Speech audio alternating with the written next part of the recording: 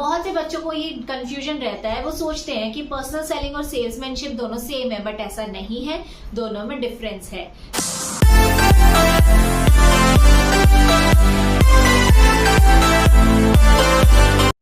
Hello everyone, welcome back on commerce hurricanes.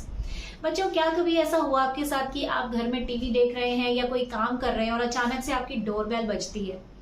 आप बाहर जाते हैं तो देखते हैं कि कोई फीमेल या मेल खड़ा है, उसके पास एक बैग है और वो आपको बड़े प्यार से ग्रीट करके बोलते हैं कि सर या मैम, हमारे पास हम कुछ आपसे बातचीत करना चाहते हैं, क्या आप हमें 5 मिनट्स देंगे? और जब आप उनसे बातचीत करते हैं तो आपको पता लगता है कि वो किसी प्रोडक्ट के बारे में आपको समझा रहे हैं और आप कन्विंस करना चाह रहे हैं कि आप उसका प्रोडक्ट खरीदें। बहुत बार हुआ होगा ऐसा, है ना? क्या है ये चीज? ये है पर्सनल सेलिंग। जी हाँ, वो सेल्समैन पर्सनली आपके पास आया है अपनी कंपनी का प्रोडक्ट लेकर, अब सामान आपको बेचने के लिए, आपको प्रोडक्ट के बारे में समझाने के लिए, है ना? तो क्या है ये पर्सनल सेलिंग? आज हम यही पढ़ने वाले हैं। तो जल्दी से हम आज का वीडियो स्टार्ट करते हैं। एक ही वीडियो में मैं कंप्लीट चैप्टर करवा दूंगी, इसलिए वीडियो लेंथी होने वाली है, बट जैसा मैंने कहा, लेंथ की तरफ ध्यान मत दीजिए, कंटेंट की तरफ ध्यान दीजिए। तो चलिए स्टार्ट करते हैं। वीडियो को स्टार्ट करने से पहले मैं कहना चाहूंगी कि अगर अभी तक आपने चैनल सब्सक्राइब नहीं किया है तो चैनल सब्सक्राइब कर दीजिए, बेल आइकन दबा दीजिए वीडियो के नोटिफिकेशंस के लिए, और वीडियो पसंद आए तो दोस्तों के साथ शेयर करना मत भूलिएगा, लाइक कीजिएगा और कमेंट करके बताइएगा वीडियो आपको कैसी लगी। तो चलिए स्टार्ट करते हैं पर्सनल सेलिंग का कॉन्सेप्ट। पर्सनल सेलिंग एक तरह का प्रमोशनल टूल है जिसमें हम फेस टू फेस कांटेक्ट करते हैं अपने प्रोस्पेक्टिव बायर के साथ, उससे बातचीत करते हैं, बातों बातों में उसे प्रोडक्ट की फीचर्स और बेनिफिट्स समझाते हैं और कोशिश करते हैं उसे कन्विंस करने की कि वो हमारा प्रोडक्ट परचेज कर ले। देखिए, एडवर्टाइजिंग में क्या होता है कि आपने सिर्फ ऐड दिखा दिया, कंज्यूमर ने उसे देख लिया, मगर कोई गारंटी नहीं है कि वो सामान खरीदेगा या नहीं खरीदेगा। लेकिन अगर आप पर्सनल सेलिंग कर रहे हैं तो आप फेस टू फेस कॉन्टेक्ट में हैं, आप सभी डाउट्स क्लियर कर सकते हैं अपने प्रोस्पेक्टिव कस्टमर के, उसे प्रोडक्ट के बेनिफिट्स बता सकते हैं, अपनी स्किल्स और टैलेंट के जरिए आप उन्हें मजबूर कर सकते हैं कि वो आपका प्रोडक्ट खरीद ले। आप उन्हें इतना ज्यादा अट्रैक्ट कर देंगे, इन्फ्लुएंस कर देंगे कि वो आपका प्रोडक्ट परचेज कर ही लेते हैं। तो पर्सनल सेलिंग में हमें एक्चुअल सेल करने का मौका मिलता है। तो चलिए, ये तो हुआ इसका मीनिंग। अब इसकी कुछ इंपॉर्टेंट चीजें हम देख लेते हैं। It is the process of assisting and persuading a prospective buyer to buy a product in a face-to-face situation। यानी ये face to face conversation होती है जिसमें हम अपने prospective buyer को convince करते हैं, उसको assistance करते हैं। persuade का मतलब होता है मजबूर कर देना, उकसा देना प्रोडक्ट को खरीदने के लिए। ठीक है, आप उसे उकसा देते हैं कि वो आपका प्रोडक्ट परचेज कर ले। अब यहाँ एक वर्ड यूज किया जा रहा है, prospective buyer। सिर्फ बायर क्यों नहीं बोला, प्रोस्पेक्टिव क्यों बोला? क्योंकि बायर वो इंसान है जो सच में आपका प्रोडक्ट खरीदने वाला है, वो आपका रियल कंज्यूमर हो जाता है।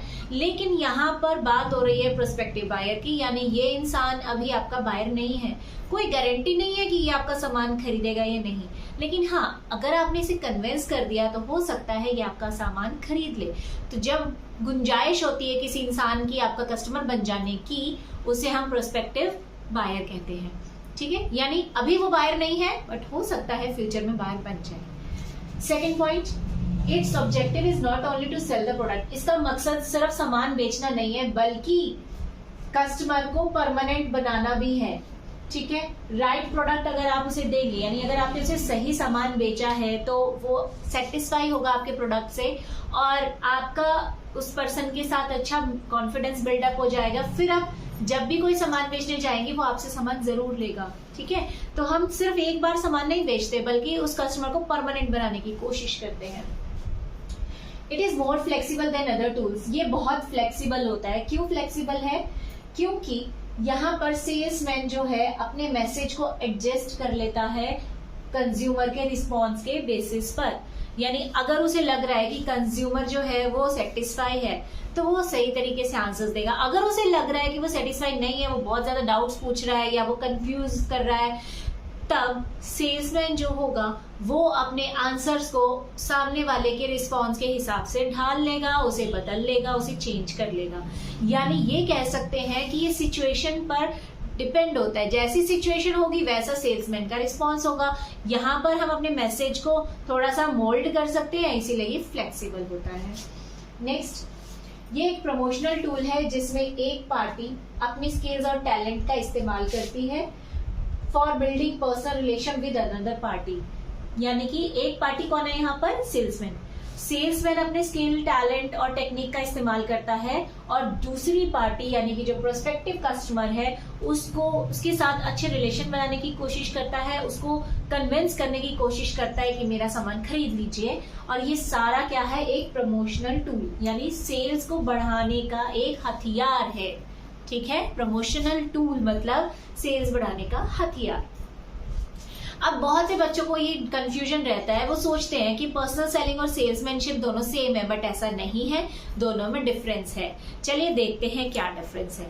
पर्सनल सेलिंग एक प्रमोशनल टूल होता है जिसमें हम बहुत सारे लोगों को जॉब देते हैं एज अ सेल्समैन, फिर हम उन्हें ट्रेंड करते हैं और प्रोडक्ट के बारे में इंफॉर्मेशन देते हैं, फिर वो जाता है फेस टू फेस कांटेक्ट करता है प्रोस्पेक्टिव बायर को, उसके साथ बातचीत करता है, उसको कन्विंस करता है, उससे फीडबैक लेता है, ठीक है, और सामान बेचकर आता है। तो ये सारी चीज जो है ये पर्सनल सेलिंग होती है। ठीक है, लेकिन सेल्समैनशिप क्या होता है? पर्सनल सेलिंग का एक छोटा सा हिस्सा।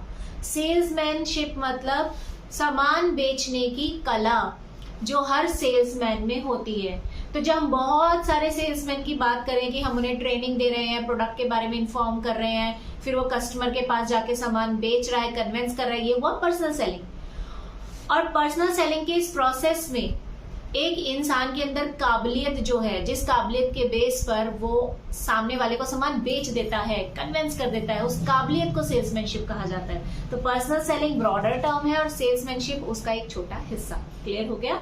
चलिए अब बात करते हैं इसके फीचर्स या कैरेक्टरिस्टिक्स की, यानी पर्सनल सेलिंग में क्या खास होता है। पर्सनल फॉर्म, ऑब्वियसली यहाँ पर फेस टू फेस कॉन्टेक्ट होता है, दोनों पार्टी आमने सामने होती है, इसलिए ये पर्सनल है। देन डेवलपमेंट ऑफ रिलेशनशिप, यहाँ पर अच्छे रिलेशनशिप बनने का मौका होता है, क्योंकि अगर सेल्समैन बहुत अट्रैक्टिव है, कॉन्फिडेंट है, प्रोडक्ट के बारे में अच्छे से समझा पा रहा है और कस्टमर को बहुत अच्छा फील करा रहा है, फील एट होम करा रहा है, उसके हर डाउट का आंसर दे रहा है, तो ऑब्वियसली उसका एक इम्प्रेशन बन जाता है प्रोस्पेक्टिव कस्टमर के ऊपर। प्रोस्पेक्टिव कस्टमर सोचता है कि कितना अच्छा इंसान है, इसने मेरे सारे डाउट्स क्लियर करे हैं। और जहां हम बात कर रहे हैं रूरल मार्केट की, तो वहां पर तो रिलेशंस अच्छे होना बहुत जरूरी है, क्योंकि गांव के लोग इतने आसानी से कन्विंस नहीं होते। ठीक है, आप अगर उनके साथ ज्यादा क्लेवरनेस दिखाएंगे, झूठ बोलेंगे या कुछ ऐसा करेंगे, चीटिंग करना चाहेंगे, तो रूरल कंज्यूमर आपको कभी एंटरटेन नहीं करेगा। ठीक है, तो ऐसी कंडीशन में आपको उनके साथ अच्छे रिलेशन बनाने के लिए अच्छा बिहेवियर शो करना पड़ेगा। और अगर एक बार वो आपसे इंप्रेस हो गए तो वो आपसे रेगुलर सामान खरीदा करेंगे। ठीक है ना? तो यहाँ पर डेवलपमेंट ऑफ रिलेशनशिप होता है, जो कि एडवर्टीजमेंट में या पोस्टर बैनर्स में पॉसिबल नहीं है। Next, allows immediate feedback. Yes, consumer क्या सोच रहा है, क्या चाह रहा है, इसका वो इमीडिएट फीडबैक दे देता है, यानी तुरंत जवाब दे देता है। किसको? सेल्समैन को। सेल्समैन बड़ी आसानी से बातचीत के दौरान इंपॉर्टेंट जानकारी हासिल कर सकता है। ठीक है, नेक्स्ट आता है अलाउ एडजस्टमेंट इन मैसेज।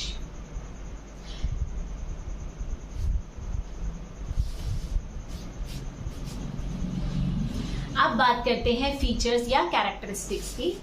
आप इसका स्क्रीनशॉट भी ले लीजिए दोस्तों, ताकि आप प्रिपरेशन कर सकें। फर्स्ट पॉइंट है पर्सनल फॉर्म। यस, यहाँ पर पर्सनल फॉर्म होता है क्योंकि दोनों पार्टीज फेस टू फेस आमने सामने होकर बातचीत करती हैं। ठीक है, then second, development of relationship, यानी पर्सनल सेलिंग एक ऐसा जरिया है जिससे आप अपने प्रोस्पेक्टिव कस्टमर के साथ अच्छे रिलेशंस बना सकते हैं। और ये रिलेशन धीरे धीरे टाइम के साथ इतने मजबूत हो जाते हैं कि जब भी वो सेल्समैन सामान बेचने जाएगा, कस्टमर उससे सामान ले ही लेता है। ठीक है, क्योंकि उसको पता है कि ये इंसान सही सामान देकर जाता है, ये किसी तरह का फ्रॉड नहीं कर रहा, और ऐसी कंडीशन में रेगुलर सेल होने के चांसेस हो जाते हैं। इससे मुझे एक एग्जांपल याद आ रहा है। हमारे घर के आसपास, मतलब हमारी लोकेलिटी में एक लेडी है जो फीमेल ड्रेसेस बेचने का काम करती है। ठीक है, वो घर जब वो फर्स्ट टाइम आई थी, उन्होंने डोर टू डोर सेलिंग करा था।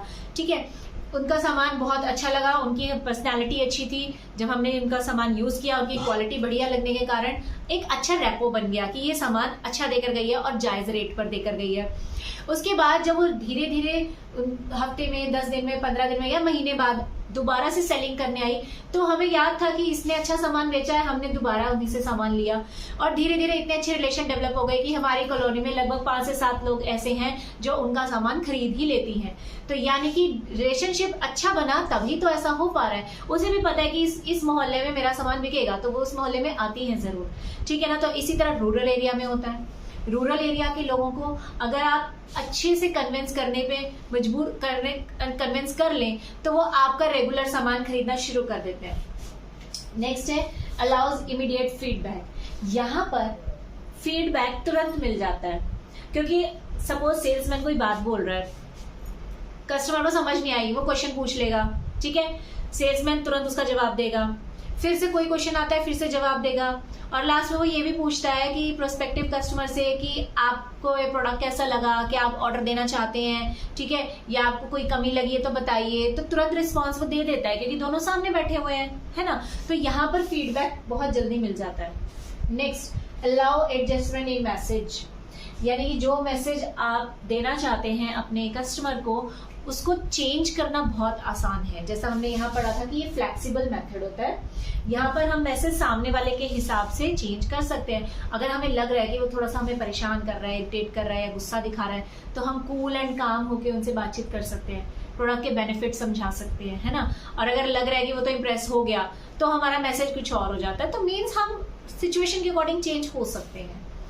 जबकि एडवर्टीजमेंट में ऐसा नहीं है, एक बार आपने ऐड बनाई, शूट कर ली, तो वो तो लगातार वही ऐड आप टेलीकास्ट करते रहेंगे, उसमें चेंजेस पॉसिबल नहीं है।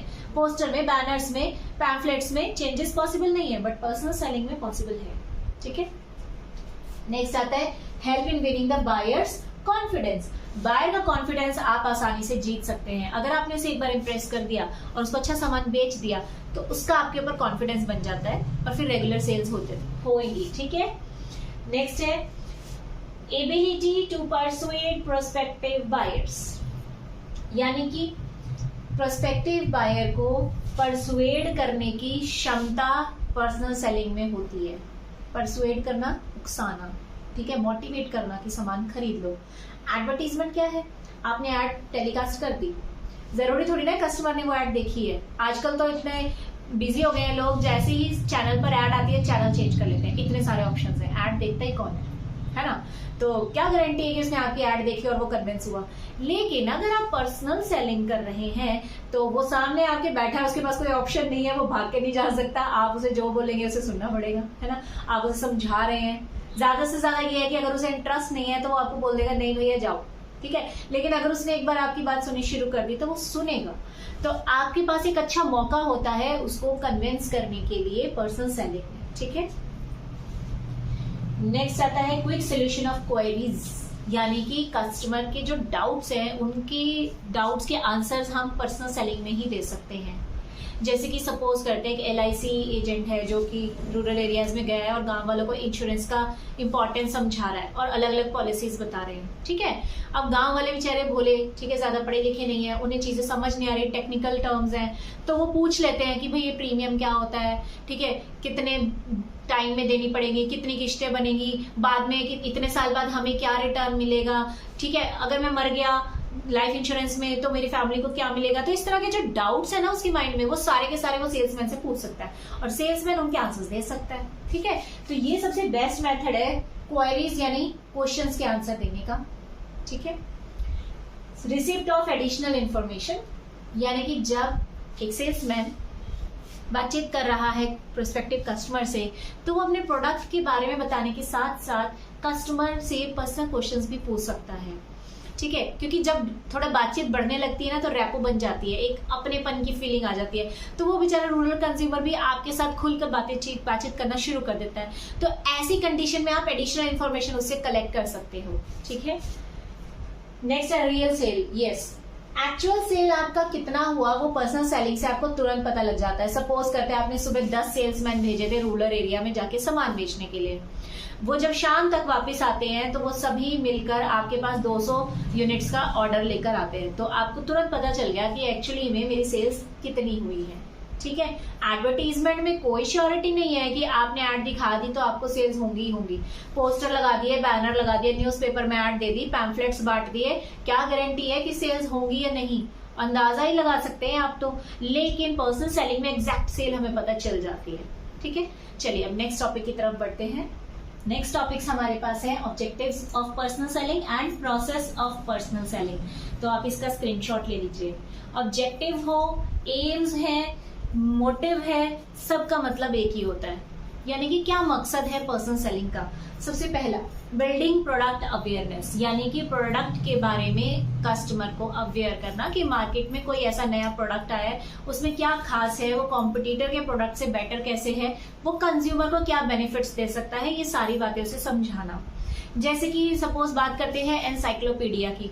रूरल एरियाज में अब एजुकेशन लेवल बढ़ने लगा है, बच्चे अच्छे अच्छे एजुकेशन लेने लगे हैं, लेकिन अभी भी उतना एक्सपोजर नहीं है, अच्छे कोचिंग इंस्टीट्यूट्स नहीं है, अच्छे स्कूल्स नहीं है, जिस वजह से हो सकता है कि कुछ बच्चों को एनसाइक्लोपीडिया के बारे में नहीं पता। तो हम एज अ सेल्समैन जाकर उन्हें एनसाइक्लोपीडिया दिखा सकते हैं, उन्हें बता सकते हैं कि एक ऐसी बुक है जिसमें दुनिया भर की जानकारी है, बिना कहीं जाए आप बहुत इजीली उससे स्टडी कर सकते हैं। ठीक है, अगर इंटरनेट अवेलेबल नहीं है तो बुक उनके लिए ये बेस्ट रहेगी। तो इस तरीके से हम उन्हें प्रोडक्ट के बारे में समझा सकते हैं। ठीक है, second, create interest. Yes, product के रिलेटेड उनका इंटरेस्ट जगा देना। एडवर्टीजमेंट में क्या होता है, रूरल कंज्यूमर ने ऐड देखी, हो सकता है उसे नहीं पसंद आई, वो भूल जाएगा।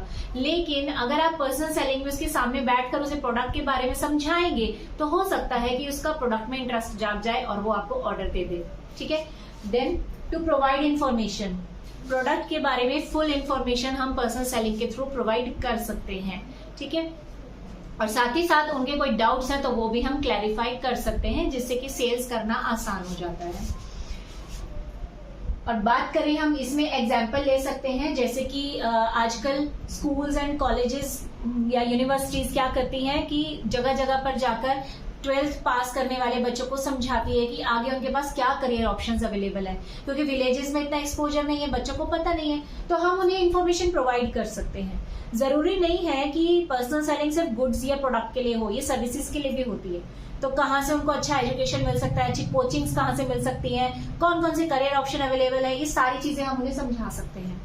ठीक है, नेक्स्ट है स्टिमुलेट डिमांड, यानी कि डिमांड को बढ़ाना। ठीक है, कंज्यूमर को हम उकसा देते हैं कि वो हमारा सामान खरीद ले या हमारी सर्विसेज लेना शुरू कर दे। ये आप कैसे कर सकते हैं, एक एग्जाम्पल से समझते हैं। आजकल हर जगह हेल्थ कॉन्शियस होने लगे हैं लोग, है ना, बच्चे भी आजकल हेल्थ कॉन्शियस होने लगे हैं, बॉडी बनाने लगे हैं।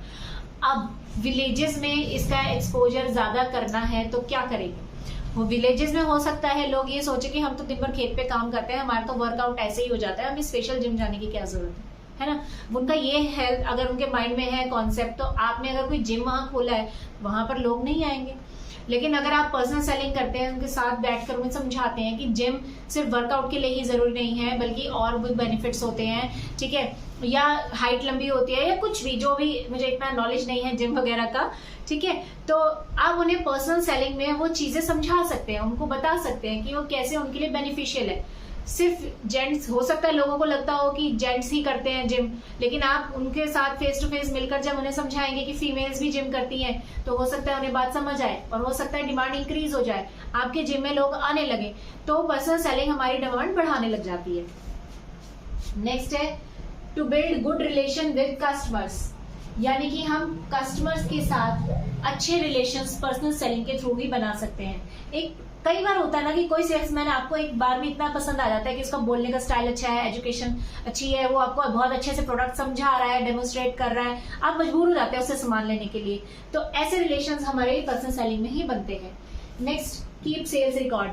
पर्सनल सेलिंग हमेशा रिकॉर्ड की जाती है कि हम किस घर में गए, वहां कितने मेंबर थे, क्या उनसे बातचीत हुई, उनका क्या फीडबैक है, तो वो रिकॉर्ड हमारे पास पड़ा रहता है जो फ्यूचर में काम आता है। नेक्स्ट है to collect stats from market. Market से स्टैट्स कलेक्ट कर सकते हैं कि कि इनकम लेवल कितना है, फैमिली में कितने मेंबर हैं, किस मेंबर की क्या एज है, ठीक है, स्टडी कैसी है, वो सारी चीजें हम कलेक्ट कर सकते हैं पर्सनल सेलिंग से। नेक्स्ट है डेमोन्स्ट्रेट प्रोडक्ट, मतलब डेमो दिखा सकते हैं। अब हो सकता है कि आपके सामने जो प्रोस्पेक्टिव कंज्यूमर बैठा है वो थोड़ा सा टेढ़ा है, ठीक है, वो कहता है भाई तूने तो जो कुछ बताया मुझे समझ तो आ गया, लेकिन मुझे परफॉर्म करके दिखा के ये प्रोडक्ट कैसे काम करता है। अब क्या करेंगे आप डेमोन्स्ट्रेट करके दिखाएंगे, आप उन्हें समझाएंगे कि देखिए सर ये या मैम ये प्रोडक्ट इस तरीके से काम करता है, इसका ये रिजल्ट निकलता है, ठीक है ना। तो डेमोन्स्ट्रेशन तो सिर्फ पर्सनल सेलिंग में पॉसिबल है। न्यूज़पेपर में, मैगजीन्स में, इंटरनेट, पोस्टर, बैनर या एडवर्टीजमेंट, इन सब में पर्सनल सेलिंग का डेमोन्स्ट्रेशन कैसे कर सकते हैं आप। एड में तो फिर भी शायद थोड़ा कर लें, लेकिन बाकी चीजों में नहीं कर सकते ना, तो पर्सनल सेलिंग बेस्ट होता है डेमोन्स्ट्रेशन के लिए। नेक्स्ट है इंक्रीज सेल ऑफ प्रोडक्ट। ये तो बहुत ऑब्वियस सी बात है, जब आप कस्टमर को इतनी सारी चीजें बता देंगे तो ऑब्वियसली वो ऑर्डर प्लेस करेगा और आपकी सेल्स बढ़ेगी, ठीक है। ऑब्जेक्टिव्स क्लियर हो गए। चलिए अब बढ़ते हैं हमारे नेक्स्ट टॉपिक की तरफ, प्रोसेस की ये स्टेप्स हैं, ये आपको सीक्वेंस में याद होने चाहिए क्योंकि सीईटी एग्जाम में सीक्वेंस पूछा जा सकता है। चलिए फर्स्ट है प्री सेल प्रिपरेशन, यानी कि ऐसा नहीं होता कि आप सेल्समैन की जॉब मिल गई, आपने बैग उठाया और आप चल दिए, ऐसा नहीं होता है। बहुत लंबा प्रोसेस होता है और बहुत प्रिपरेशन करनी पड़ती है। तो सबसे पहले प्री प्रिपरेशन में हम क्या करेंगे, एक टैलेंटेड पर्सन को एज अ सेल्समैन अपॉइंट करेंगे जिसकी कम्युनिकेशन स्किल्स अच्छी हैं, पर्सनालिटी अच्छी है, जिसे प्रोडक्ट के बारे में सारी जानकारी हम देंगे, उसे हम ट्रेनिंग देंगे, ठीक है, उसको उसके अंदर के टैलेंट को निखारेंगे, उसको हर चीज समझाएंगे, कंपनी का ऑब्जेक्टिव, प्रोडक्ट का ऑब्जेक्टिव, सारी बातें उसे डिटेल में समझाएंगे ताकि कस्टमर के सामने वो डरे नहीं, कंफ्यूज ना हो, वो उसके हर सवाल का जवाब दे सके। आज जैसे बात करते हैं, हम इसमें एक एग्जांपल लेके चलते हैं, ठीक है। अगर हम प्रोडक्ट का एग्जांपल लेके चलेंगे ना तो स्टेप्स ज्यादा क्लियर होंगे। हम बात करते हैं हर्बल प्रोडक्ट की, ठीक है, हर्बल हेल्थ प्रोडक्ट, जैसा कि आप इमेज में देख रहे हैं। सपोज करते हैं कि इस प्रोडक्ट को हमने पर्सनल सेलिंग करनी है, तो सबसे पहले हम अच्छे सेल्समैन अपॉइंट करेंगे और उनको समझाएंगे कि ये प्रोडक्ट एक्चुअली है क्या, किस इंग्रेडिएंट से बना है, इसका क्या बेनिफिट है, ये किस एज के ग्रुप के लोगों के लिए सही रहेगा, बच्चे इसे कंज्यूम कर सकते हैं या नहीं, खाने के बाद लेना है, खाने से पहले लेना है, मतलब सारी चीजें हम उसे समझा देंगे। सेकेंड, प्रोस्पेक्टिंग और कन्वेंसिंग। अब आप प्रोडक्ट के बारे में सारी जानकारी हासिल कर चुके हैं, अब कस्टमर के बारे में जानकारी हासिल करेंगे कि हमें किस जगह पर जाकर पर्सनल सेलिंग करनी है, कौन सी एरिया है जहां से हमें कस्टमर्स मिल सकते हैं। ऐसा ना हो कि आप किसी ऐसे एरिया में पर्सनल सेलिंग कराओ जहां पर कस्टमर के पास इनकम ही नहीं है, वो आपका प्रोडक्ट खरीद ही नहीं सकता, तो आप कैसे करेंगे, आपकी पर्सनल सेलिंग तो वेस्ट हो गई। जैसे कि एग्जाम्पल लेते हैं, हम हर्बल प्रोडक्ट चल रहा है हमारा, तो हर्बल प्रोडक्ट्स ऑब्वियसली वो लोग लेंगे जो हेल्थ कॉन्शियस हैं, ठीक है, प्लस ये थोड़े कॉस्टली होते हैं तो जो पैसा भी दे सके। अब अगर आप इस तरह का प्रोडक्ट बिलो पॉवर्टी लाइन वाले एरिया में जाकर प्रमोट करके आ जाए तो क्या वो लोग लेंगे? भाई जो 2 वक्त की रोटी भी मुश्किल से कमा रहे हैं, क्या वो लोग आपका हेल्थ प्रोडक्ट लेंगे? नहीं। इट मीन्स आपकी पर्सनल सेलिंग तो वेस्ट हो गई। तो पर्सनल सेलिंग कहाँ करनी है, किस कस्टमर को करनी है, किस एरिया में करनी है, वो सारी डिटेल्स हम हासिल करते हैं। फिर ये डिटेल आप इंटरनेट से ले सकते हैं या अपने प्रीवियस रिकॉर्ड से ले सकते हैं या फिर फोन डायरेक्टरी से ले सकते हैं, ठीक है। मतलब ये सारी जानकारी हम हासिल करते हैं कि हमें एक्चुअली में जाना कहाँ है। उसके बाद प्री अप्रोचिंग, अभी भी आप कंज्यूमर के पास पहुंचे नहीं है, पहुंचने से पहले भी कुछ तैयारी करनी है, वो क्या है। अब आपको पता लग गया कि मुझे उस एरिया में जाना है, उस एरिया में अगर 100 घर हैं, मुझे उन लोगों को कवर करना है, 100 होम्स।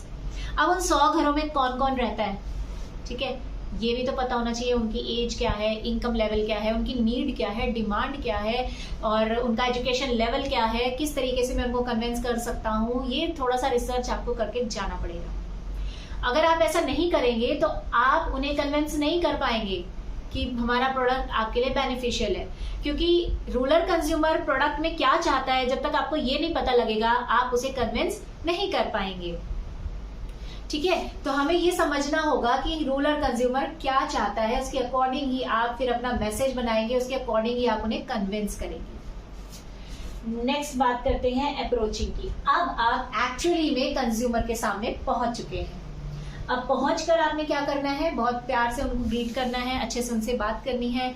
ये नहीं कि जाते ही बस प्रोडक्ट के बारे में कि सर मैं उस कंपनी से आया हूँ, दिस एंड दैट, नहीं। पहले आप उनके साथ अच्छे से बिहेव कीजिए, 2-3 लाइंस अच्छे से उनके साथ इनफॉर्मल होके रहिए, उनको फील एट होम कराइए। उसके बाद बताइए कि मैं फलानी कंपनी से आया हूँ, ये प्रोडक्ट्स हैं, फिर उन्हें समझाइए प्रोडक्ट के बेनिफिट्स क्या हैं।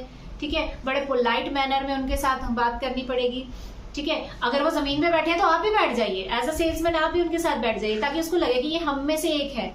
ठीक है, आप ज्यादा सोफेस्टिकेटेड बनके मत दिखाइए, क्योंकि यहाँ बात कर रहे हैं हम रूरल एरिया की। रूरल कंज्यूमर सादगी में रहते हैं, तो आपको भी सादगी वाला बिहेवियर दिखाना होगा, उन्हें प्रोडक्ट के बारे में समझाना होगा, उनकी क्वेरीज लेनी होंगी, ये सारा काम आपको करना होगा। अगर कंज्यूमर आपके साथ रूड हो रहा है तो ये नहीं कि आप भी पलट के बोल दो बस बस देखें तेरे जैसे बहुत, तू कहाँ से खरीद लेगा, तेरी औकात नहीं है, इस तरह के वर्ड्स नहीं बोलने हैं। ऐसे गुस्सा नहीं दिलाना है कंज्यूमर को। अगर वो गुस्सा हो भी रहा है, आप काम रहिए, शांति से उसकी बात सुनिए, उसे समझाइए। अगर समझ जाता है ठीक है, नहीं समझता है तो भी बड़े पोलाइटली आपने उसको thank you sir, okay sir ये कह के निकलना है, ऐसा नहीं कि हम उसके साथ झगड़ रहे हैं। ठीक है, तो अप्रोचिंग समझ आ गई कि क्या करना है उसमें। नेक्स्ट आता है सेल्स प्रमोशन या डेमो। अब सेल्स प्रेजेंटेशन करनी है आपको। आपने उसके साथ एक फैमिली रिलेशन बना लिया, अच्छी तरीके से उससे बातचीत कर ली, प्रोडक्ट के बारे में समझा दिया। अब वो कह रहा है कि भैया थोड़ा सा डेमो करके दिखा दो कि ये प्रोडक्ट यूज कैसे करना है। ठीक है, तो आप क्या करेंगे, यहाँ पर हम बात कर रहे हैं हर्बल प्रोडक्ट की, उसको कंज्यूम करके दिखाएंगे कि इतना हर्बल प्रोडक्ट है, इसमें इतना पानी मिला सकते हैं। ठीक है, या फिर अगर हम बात करें बर्तन बार की या वॉशिंग पाउडर की, तो आप उन्हें धो के दिखा सकते हैं बर्तन या कपड़े की, ये देखिए इस तरीके से काम करता है। तो जो जरूरी नहीं है कि डेमोस्ट्रेशन हर प्रोडक्ट में हो जाए, किसी किसी प्रोडक्ट में होता है डेमो। ठीक है, इसके बाद बात करते हैं हैंडलिंग ऑब्जेक्शन। अब आपने डेमो भी करके दिखा दिया, सबको समझा दिया, लेकिन कंज्यूमर फिर भी कहीं ना कहीं अटक रहा है, उसको अभी भी सेटिस्फेक्शन नहीं हो रही है, वो अभी भी आपसे सवाल पे सवाल पूछी जा रहा है। तो आप उसके ऑब्जेक्शंस का जवाब दीजिए, उसके हर सवाल का जवाब दीजिए, उसे कन्विंस कीजिए कि हमारे प्रोडक्ट से बेटर और कोई प्रोडक्ट होता ही नहीं है। ठीक है, इसके बाद क्लोजिंग द सेल। अब आपने ऑब्जेक्शंस हैंडल कर लिए सेल्समैन ने। ठीक है, अब वो क्या करेगा, सेल्स को क्लोज करेगा। यानी कि अब वो उनसे पूछेंगे कि सर हमने आपको सब कुछ बता दिया प्रोडक्ट के बारे में और आपने फेवरेबल रिस्पॉन्स भी दिखाया, क्या आप ऑर्डर प्लेस करना चाहेंगे। ठीक है, फिर वो आपको बताएगा कि उसने ऑर्डर देना है या नहीं देना है। अब आप ये नहीं है कि बस ऑर्डर लिया और चल दिए, आप पूरा डिटेल लेंगे कि ऑर्डर कौन सा फ्लेवर चाहिए। जैसे हमारे पास 4 फ्लेवर अवेलेबल थे। ठीक है, सपोज करते हैं उसने आंवला फ्लेवर आपको ऑर्डर दिया है, तो आप पूछेंगे ना आंवला फ्लेवर चाहिए। ठीक है, कितनी क्वांटिटी चाहिए, 1 चाहिए, 2 बॉटल्स, 3 बॉटल्स, कितनी चाहिए। ठीक है, कोई डिस्काउंट है तो डिस्काउंट समझा दीजिए। इस तरीके से आप सेल्स को क्लोज करेंगे।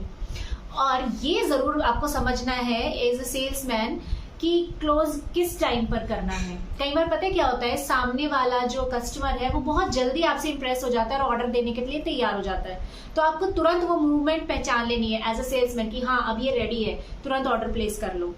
ठीक है, सेल्स को क्लोज कर लो। ये ना हो कि वो रेडी है ऑर्डर देने के लिए और फिर भी आप प्रोडक्ट के गुण गाए जा रहे हैं, ऐसा नहीं करना।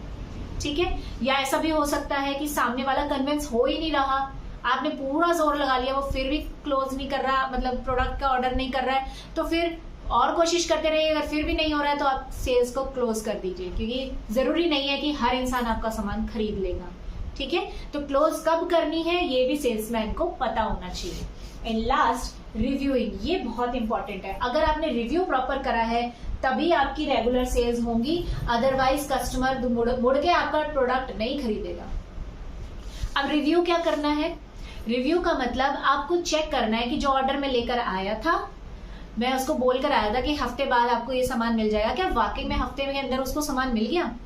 जो फ्लेवर उसने ऑर्डर किया था क्या वही फ्लेवर मिला है। पता लगे तुम आंवले का ऑर्डर लेकर आए और पहुंच गया एलोवेरा फ्लेवर, तो क्या होगा, कस्टमर नाराज नहीं होगा क्या, है ना। आपने प्राइस बोला था 475 रुपए और उससे चार्ज कर लिए गए 500 रुपए, क्या कस्टमर नाराज नहीं होगा, होगा ना। तो रिव्यूइंग में आपको देखना है कि जो जो आप उससे वादे करके आए थे एक्चुअल में वो वादे पूरे हुए कि नहीं। ठीक है, तो मतलब जो क्वालिटी उसने मांगी हमने वो दी या नहीं दी, उसका फीडबैक भी लेकर आना है। तो रिव्यू सबसे इंपॉर्टेंट है, यही बताता है आपको कि आपका प्रोडक्ट रेगुलर सामान बिकेगा कि नहीं बिकेगा। ठीक है, तो आई थिंक आपको प्रोसेस भी समझ आ गया। चलिए नेक्स्ट टॉपिक की तरफ चलते हैं। नेक्स्ट टॉपिक है हमारे एडवांटेजेस, इंपॉर्टेंस या फंक्शंस ऑफ पर्सनल सेलिंग और साथ ही साथ हम पढ़ेंगे qualities of a good salesman. चलिए स्टार्ट करते हैं। स्क्रीनशॉट चाहे तो ले सकते हैं। फर्स्ट पॉइंट है इंक्रीज इन सेल्स। देखिए, आप मीनिंग समझ चुके, प्रोसेस आपने देख लिया, ऑब्जेक्टिव्स आपको पता चल गए, तो एडवांटेजेस आप बहुत आसानी से बना सकते हैं। तो सेल्स इंक्रीज हो रहा है। कैसे इंक्रीज हो रहा है? क्योंकि आप पर्सनल सेलिंग में कंज्यूमर के सामने बैठे हुए हैं, उसे हर चीज डिटेल में समझा रहे हैं, उसके डाउट्स क्लियर कर रहे हैं, यहाँ तक कि उसको डेमो भी करके दिखा रहे हैं, तो ऑब्वियसली वो ऑर्डर प्लेस करेगा और सेल्स बढ़ेगी। सेकंड, क्या फायदा है पर्सनल सेलिंग का? Customer satisfaction. पर्सनल सेलिंग में कस्टमर सेटिस्फाइड रहता है क्योंकि आप उसके हर क्वेरी का आंसर दे रहे हैं और जो वो चाहता है अब उस प्रोडक्ट में आप वो चीज उसे प्रोवाइड कर रहे हैं।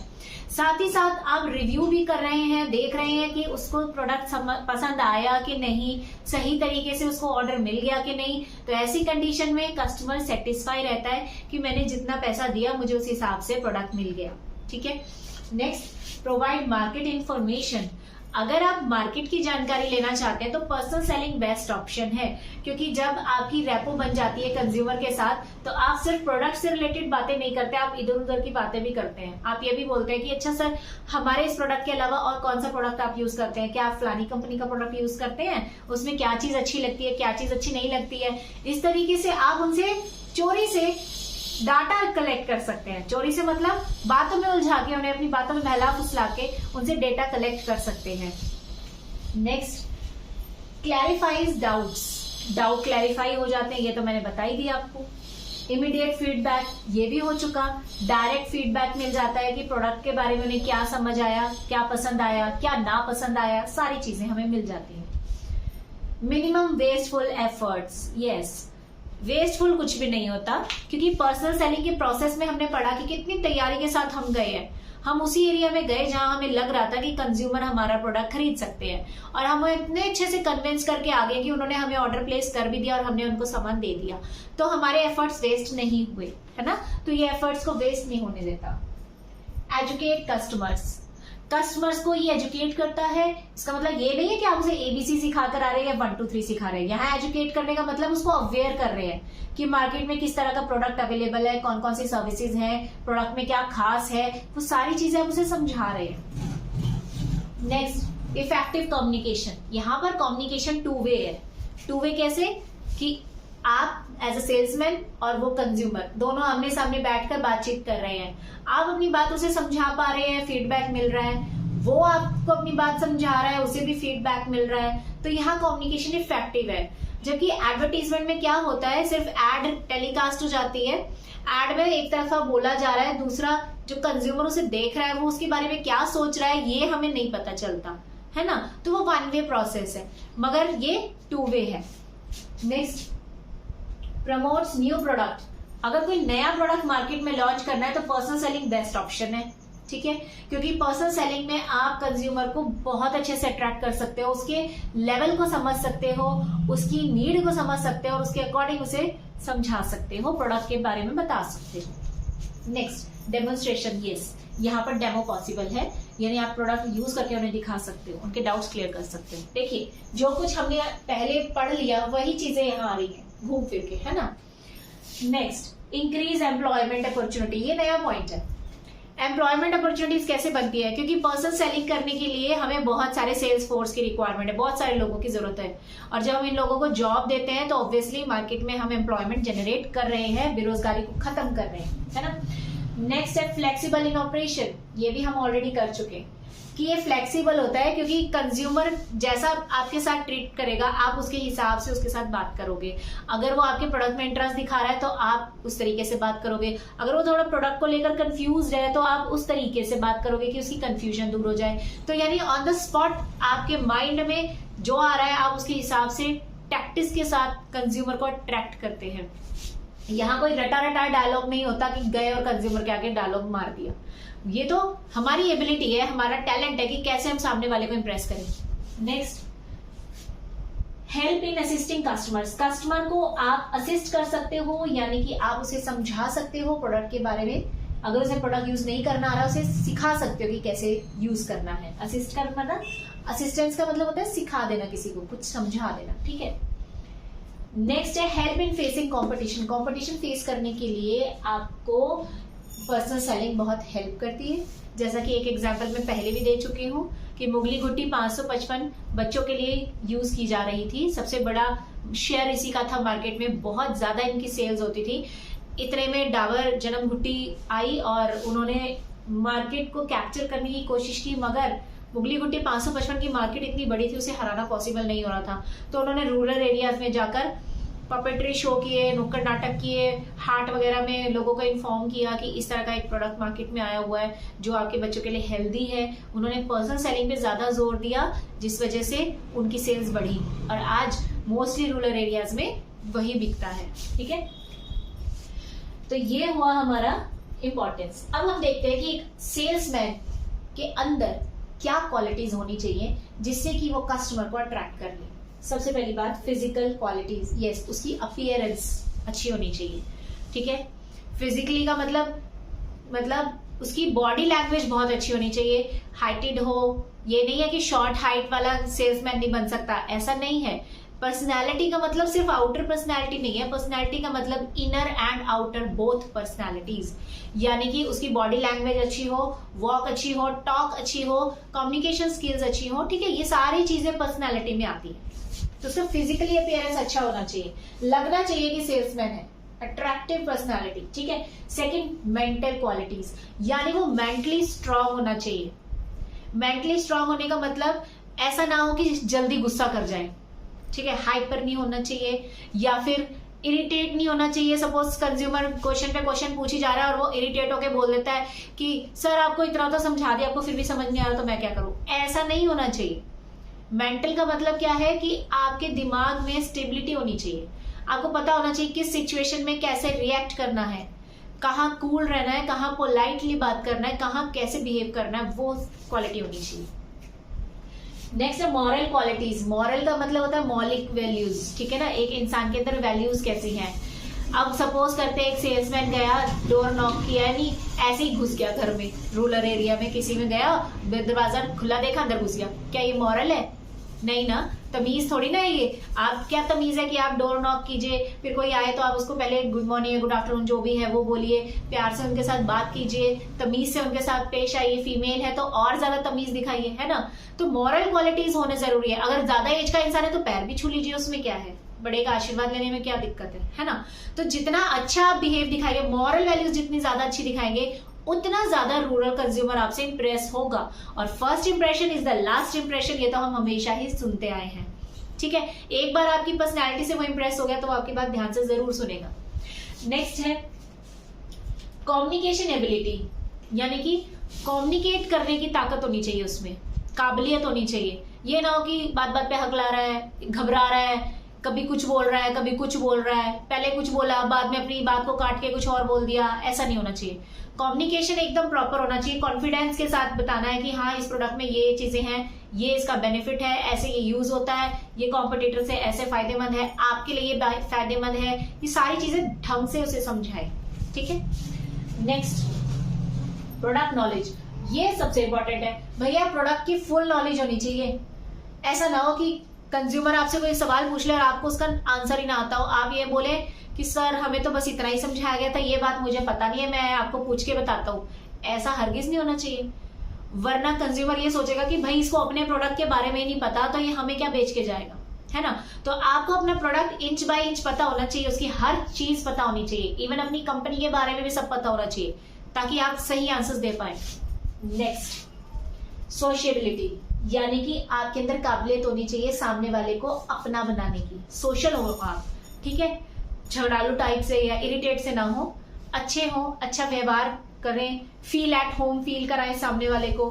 ठीक है, कई बार हमने देखा है ना, कुछ सेल्समैन थोड़े अजीब से लगते हैं और कुछ बहुत ही अच्छे होते हैं, उनके मतलब टॉकिंग इतनी अच्छी होती है कि हम उसमें उनकी बात सुन के बस पता नहीं कहाँ हो जाते हैं और एकदम से सामान खरीद लेते हैं। बाद में सोचते हैं कि यार मुझे तो इस सामान की जरूरत भी नहीं थी, फिर भी मैंने खरीद लिया। होता है ना, ऐसा क्यों होता है? क्योंकि सेल्समैन के अंदर कम्युनिकेशन अच्छी थी और सोशल था, वो उसने हमें इंप्रेस कर दिया और हमने सामान खरीद लिया। ठीक है, नेक्स्ट है कस्टमर्स नॉलेज, यानी जिस कस्टमर के साथ आप डील कर रहे हो उसकी नॉलेज भी आपको होनी चाहिए कि वो क्या चाहता है प्रोडक्ट के बारे में, क्या सोचता है, किस तरह की उसकी नीड है, क्या डिमांड है, एजुकेशन लेवल क्या है, इनकम लेवल कितना है, उसकी एज ग्रुप क्या है, ये सारी डिटेल्स हमको पता होनी चाहिए, जो कि हमने प्रोसेस के टाइम देखा था, है ना, प्री अप्रोचिंग स्टेप में। ठीक है, तो ये हमारे क्वालिटीज भी हो गई। अब बात करते हैं हमारे नेक्स्ट टॉपिक की। देखिए, हम कब से पर्सनल सेलिंग की तारीफें करे जा रहे हैं ना, कि पर्सनल सेलिंग में ऐसा होता है वैसा होता है। अब इसकी थोड़ी सी बुराई भी कर ली जाए। ये रहे लिमिटेशंस या डिसएडवांटेजेस, स्क्रीनशॉट ले लीजिए आप। फर्स्ट पॉइंट है हाई कॉस्ट पर एक्शन, यानी कि पर्सनल सेलिंग करने के लिए हमें लेबर की जरूरत होती है, सेल्समैन की जरूरत होती है, और उनको हमें सैलरी देनी पड़ती है। तो हर सेल्समैन को जब आप सैलरी देंगे वो कॉस्टली पड़ेगा। और इसी तरह जब सेल्समैन जाएगा घर घर, ठीक है, लोगों से मिलने, तो उसका ट्रैवल का खर्चा आएगा, और जब वो घर घर मिलने जाएगा तब ऑब्वियसली पर्सनल सेलिंग 1 या 2 दिन में तो नहीं होगी, कुछ दिन लगेंगे उसको सभी घरों को कंप्लीट करने में। तो उसे वहां किसी होटल या धर्मशाला में रुकना पड़ेगा, वहां भी खर्चा आएगा। तो इनडायरेक्टली देखा जाए ये थोड़ा सा कॉस्टली पड़ जाता है, ठीक है, कि घर घर जाना, लोगों से बातचीत करना, रहना, ये थोड़ा खर्चीला होता है। सेकेंड, ट्रेनिंग कॉस्ट, यानी कि पर्सनल सेलिंग करने के लिए हमें जो लेबर मिली है, मतलब जो सेल्समैन हमारे पास हैं, उनमें से कुछ तो ऑलरेडी टैलेंट होते हैं, कुछ को टैलेंटेड बनाया जा सकता है। तो जब आप उन्हें ट्रेनिंग दे रहे होते हैं तो वहां पर भी आपको खर्चा करना पड़ता है, ट्रेनिंग की कॉस्ट उठानी पड़ती है जो महंगी होती है। इनएफिशिएंसी ऑफ सेल्स फोर्स, यानी इतना खर्चा करने के बाद भी आपका सेल्समैन अगर एफिशिएंट नहीं है, यानी काबिल नहीं है, तो आपकी पर्सनल सेलिंग वेस्ट हो जाएगी। अगर वो कंज्यूमर को सेटिस्फाई नहीं कर पाया, या कंपनी और प्रोडक्ट के बारे में कुछ गलत बात बोलकर आ गया, या फिर हो सकता है वो हाइपर होके आ गया, झगड़ा करके आ गया, तो वो बात पूरे गांव में फैल जाएगी और आपके प्रोडक्ट की बदनामी हो जाएगी। तो अगर सेल्स फॉर एफिशिएंट नहीं है तो कंपनी को नुकसान उठाना पड़ सकता है। Next, difficulty in reporting at right time. Personal selling तब ही सही रहती है अगर आप अपने कंज्यूमर से सही समय पर मिल रहे हैं। अगर सही समय पर मिल रहे हैं तो मतलब कंज्यूमर उस टाइम फ्री होना चाहिए। ऐसा ना हो कि वो जल्दबाजी में है और आप कह रहे हैं सर रुकिए रुकिए मेरी बात सुनिए, आप जबरदस्ती अपनी बात उसे सुनाना चाह रहे हैं मगर उसका इंटरेस्ट ही नहीं है, क्योंकि उसको अगर किसी बच्चे को पकड़ रखा है तो बच्चा कह रहा है जी मुझे स्कूल जाना है या ट्यूशन जाना है, किसी फीमेल को समझा रहे हो, फीमेल कह रही है जी मुझे तो खाना बनाना है, किसी जेंट्स को समझा रहे हो, जेंट्स कहता है मुझे खेतों में जाना है ना। तो ऐसा नहीं होना चाहिए कि आप जबरदस्ती उन्हें समझा रहे हैं। भाई आपको ऐसे टाइम जाना चाहिए जो राइट टाइम हो, जिस टाइम वो फ्री हो। अब राइट टाइम क्या है ये जज करना बहुत मुश्किल है, कौन सा इंसान किस टाइम फ्री होगा ये पता लगाना मुश्किल है, ठीक है। देन नेक्स्ट है टाइम कंज्यूमिंग। ऑब्वियसली ये टाइम कंज्यूमिंग है क्योंकि घर घर जाके बातचीत करना, उन्हें समझाना टाइम लगता है। एक इंसान को अगर आप समझा रहे हो कम से कम 15 से 20 मिनट का टाइम तो लग ही जाएगा, और इतने सारे लोगों को समझाना है तो और ज्यादा लगेगा। लास्ट है बिजीनेस ऑफ कस्टमर। अगर कस्टमर बहुत बिजी है वो आपकी बात की तरफ ध्यान नहीं देगा, जब वो आपकी प्रोडक्ट में या आपकी बातचीत में इंटरेस्ट ही नहीं दिखा रहा तो आप उसे कन्विंस कैसे करेंगे? यानी कि आपकी सारी बातचीत वेस्ट। आप उसे कन्विंस करने की कितनी भी कोशिश कर लीजिए वो सुन ही नहीं रहा है, क्योंकि वो बिजी है, या तो वो फोन में कुछ देख रहा है या उसका ध्यान कहीं और है। तो ऐसी कंडीशन में आपकी पर्सनल सेलिंग वेस्ट हो जाती है, ठीक है। तो आई थिंक आपको कॉन्सेप्ट क्लियर हो गया। इसी के साथ हमारा ये चैप्टर ओवर होता है। नेक्स्ट वीडियोस में हम नेक्स्ट चैप्टर देखेंगे। Till then bye bye, have a good day. अच्छे से पढ़ते रहिए और कमेंट्स करते रहिए।